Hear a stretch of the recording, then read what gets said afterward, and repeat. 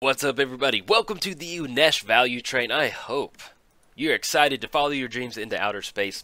Whatever that means, I know it doesn't make sense, but hey, that's what we're here to do. We're here to follow your dreams with Unesh, and he's the driver of the value train, your dream train, whatever those dreams may be. And then, just stupid. Love it. Silly. All right, let's see what we're drawn to. Ooh, Ancient Tomb. I like that a lot. Chrome Mox, Ancient Tomb into Burnished Heart, into a bunch of lands. Or is that too quick for our opponent? Let's go. Let's go Teleria West. Yeah. Yeah, let's go for it. Why not? Let's have some fun. Let's get down to Ancient Tomb. Let's go Chrome Mox exiling the War Isle Avenger. Chrome Mox exiling, there we go. Get rid of the Avenger. Sorry, little buddy. Always like casting you. Let's go for Burnished Heart, 1, 2, 3. Gonna really set the tone right now. And then yeah, you just got on the value train. You're trying to buckle your seatbelt, and Unesh just turns the miles per hour to 1,000. We are playing Unesh, flying. Sphinx spells you cast, cost 2 less to cast whenever Unesh or another Sphinx enters the battlefield under your control. Reveal the top 4 cards of your library. Opponent separates those into 2 piles. Let's go and get the island down. Let's go and push him for 2 with the Burnished Heart. I don't think we're going to go for Jace just yet. Let's get a little bit more stuff going. Swinging it for 2. Unesh kind of falls into one of those creatures that's really, those commander decks, it's kind of hard to get a video for them sometimes. Anything else? Let's just go and pass the turn. We're not going to get Jace down just yet. Playing against Nath of the Gilt-Leaf. At the beginning of your upkeep, you may have target opponent discard a card at random. Whenever an opponent discards a card, you may create a 1/1 warrior elf creature token. Opponent's going to go for Bitter Blossom. That's going to be 1, 2, 3, 4. Coming to play tapped. Yeah, we'll go ahead and go for that. It'll make it interesting. I think I'm okay with that. Let's go ahead and crack the Burnished Heart to get a little bit extra mana on the battlefield. Then we'll go for Jace. That way we can start bouncing those creatures if we want to. They have some sort of answer. Let's go and crack the Burnished Heart. 1, 2, 3. Could have gone for Disallow on the Bitter Blossom, but yeah, I like going for this. Makes it for an interesting video. Let's go for Blue and Blue. There we go. And then we're online for Unesh if we want to go for that. And in fact, yeah, let's go and do that. Let's get that. Let's get the island down. Let's go for Unesh. Let's get the value train going. It is turn 3. We've got a ton of mana. Love it. Looks like we're playing mono green or something like that. Let's go 1, 2, and then 1, 2, 3, 4, 5. We will have the Chrome Mox too. All right, get down to Unesh.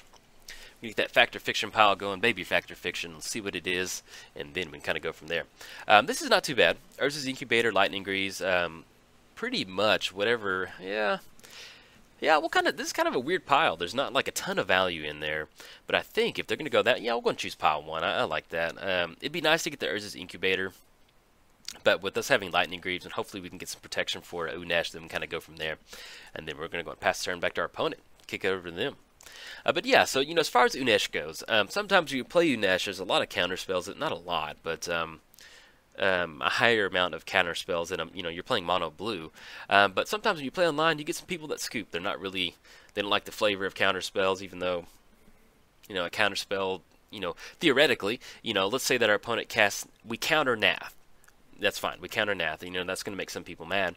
But let's say that we're playing black and then we have a removal spell and then we destroy Nath at the end of the turn. I mean, there's no difference between the two, but there's just sometimes people just don't like counter spells. So if you see kind of a weird play with Unesh, I'm just trying to get a good video out of it.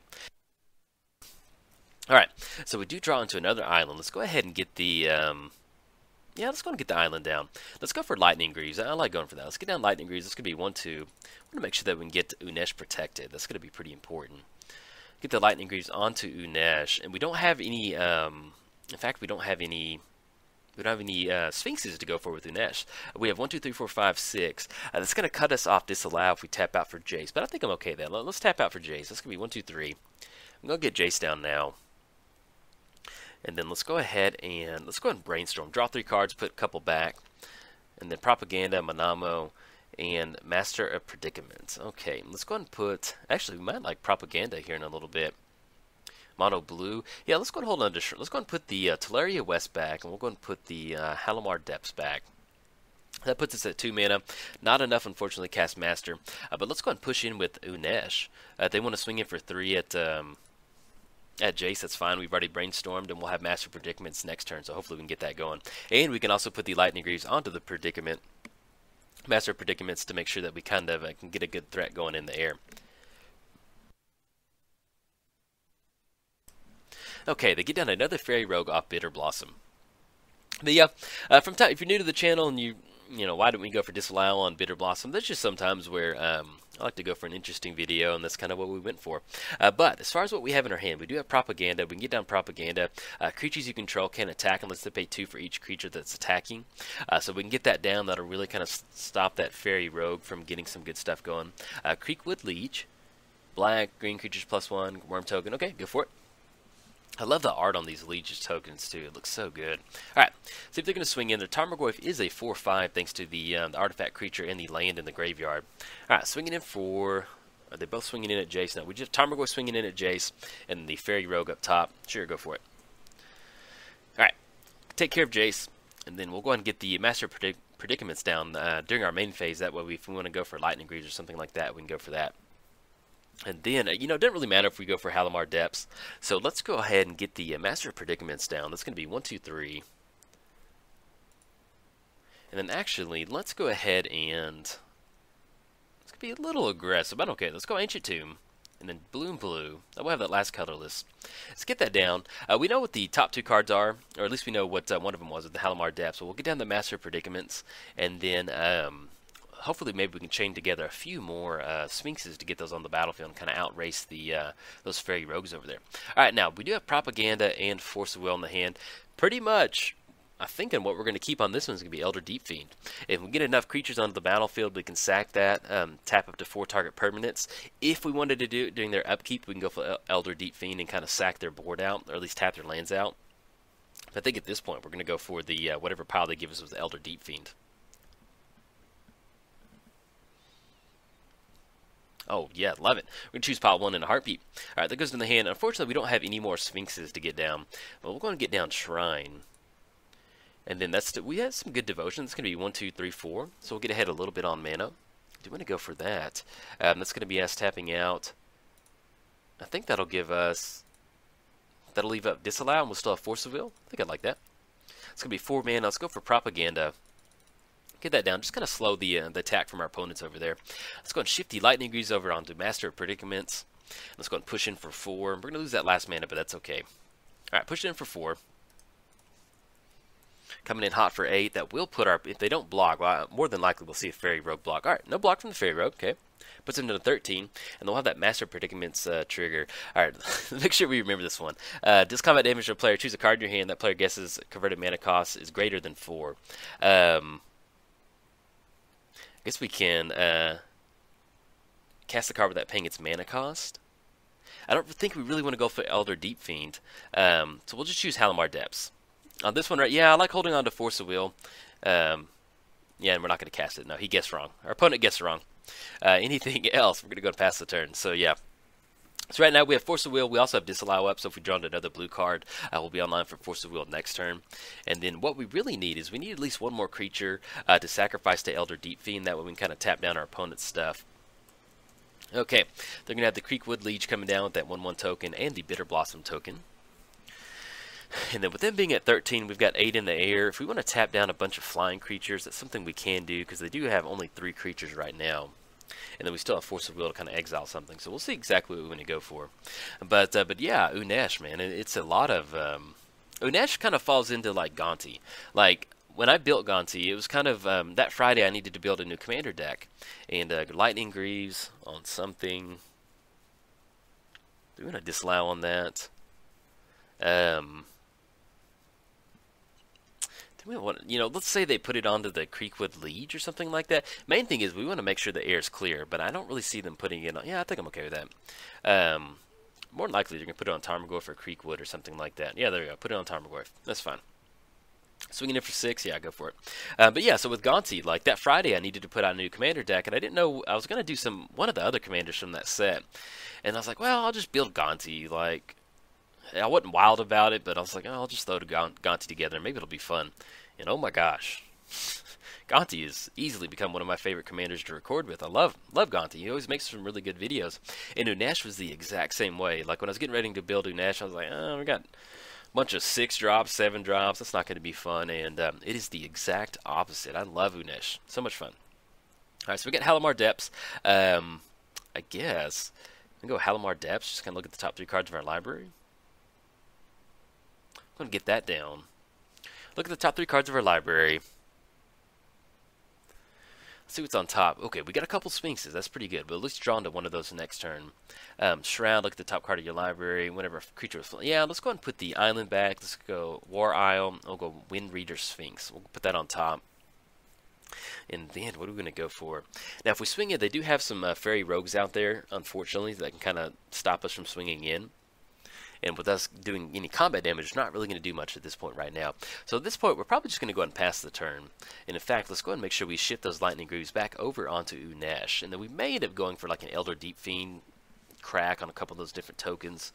Let's go ahead and move the Lightning Greaves over onto Unesh. There we go. Make sure he stays protected. And then anything else, we're going to go and pass the turn. Yeah, kick it over there. So we will have Elder Deep Fiend. We could go for it during their upkeep, but if we want to clear the way for us to swing in next turn, and in fact, yeah, I think I like this. So we have the Sphinx on top. What we can do is, we have Force of Will backup. We can Elder Deep Fiend, tap down the Fairy Rogues. It's going to be 4, 8, 12. I can't remember what the other Sphinx is, but I know it's not, it's going to be at least 4 on that one. So that way we can tap down all their creatures. They want to duress on, yeah, that's fine. You know, we could always, you know, like hard cast Force of Will if we need to. And then we've got 1, 6, 7. Yeah, we've got enough to go for Elder Deep Fiend just to straight up just cast it for 8. So yeah, I'm okay with that. Go for it. Go for duress. So they're going to take either disallow or Force of Will. Either way, we'll have it. If we need to hard cast it, we can.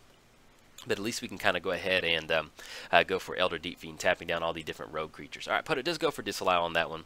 So we are put on hard cast Force of Will time. And if they want to swing in with their creatures, we do have Propaganda out there, so it's going to be 2. So really, they're only going to be able to swing in with at least 1 creature. But at least we can go for the Elder Deep Fiend, kind of tap down on those Fairy Rogues over there and kind of go from there. But yeah, you can see where, like, you know, sometimes we get Unesh, we get the value train going, rocking and rolling into space, and we get a lot of triggers going with Unesh. But sometimes you can kind of go for this nice little control game where you swing in with a bunch of creatures, and let's see if they're going to pay for that 2 mana or not. Yeah, there we go. Pay for Propaganda. Alright, swinging in for 7, and yeah, we're fine with that at this point right now. Go for it. It's going to put us down to 5, and then we'll go and go for that Elder Deep Fiend to go and tap down those Fairy Rogues over there to clear the way for the value train to go visit Nath. Have some fun. Alright, let's go for the Elder Deep Fiend. Let's go and cast it for 8. That's going to be 1, 2, 3, 4, 5. Actually, we have some good Devotion to Blue going right now. Let's go and tap the Shrine. Devotion Blue. That's going to be 5. Then that way we don't have to sacrifice one of our creatures. Alright, 1, 2, 3.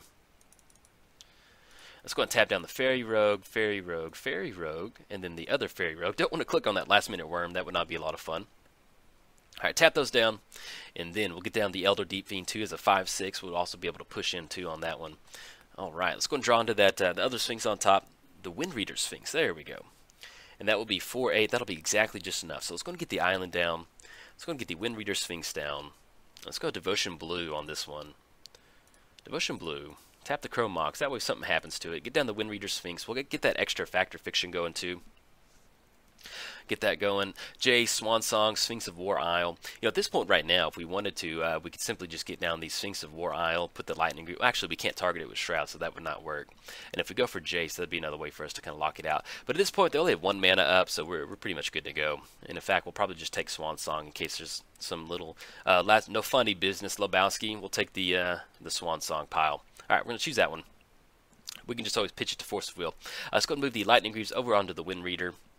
So that'll be 4, 8, and then that'll be exactly just enough to swing across. All right, let's go and go for it. Coming in hot. Send the whole crew in, and then we can also just go ahead and block down. We're going to hold back the Elder Deep Fiend just in case there's something goofy happening.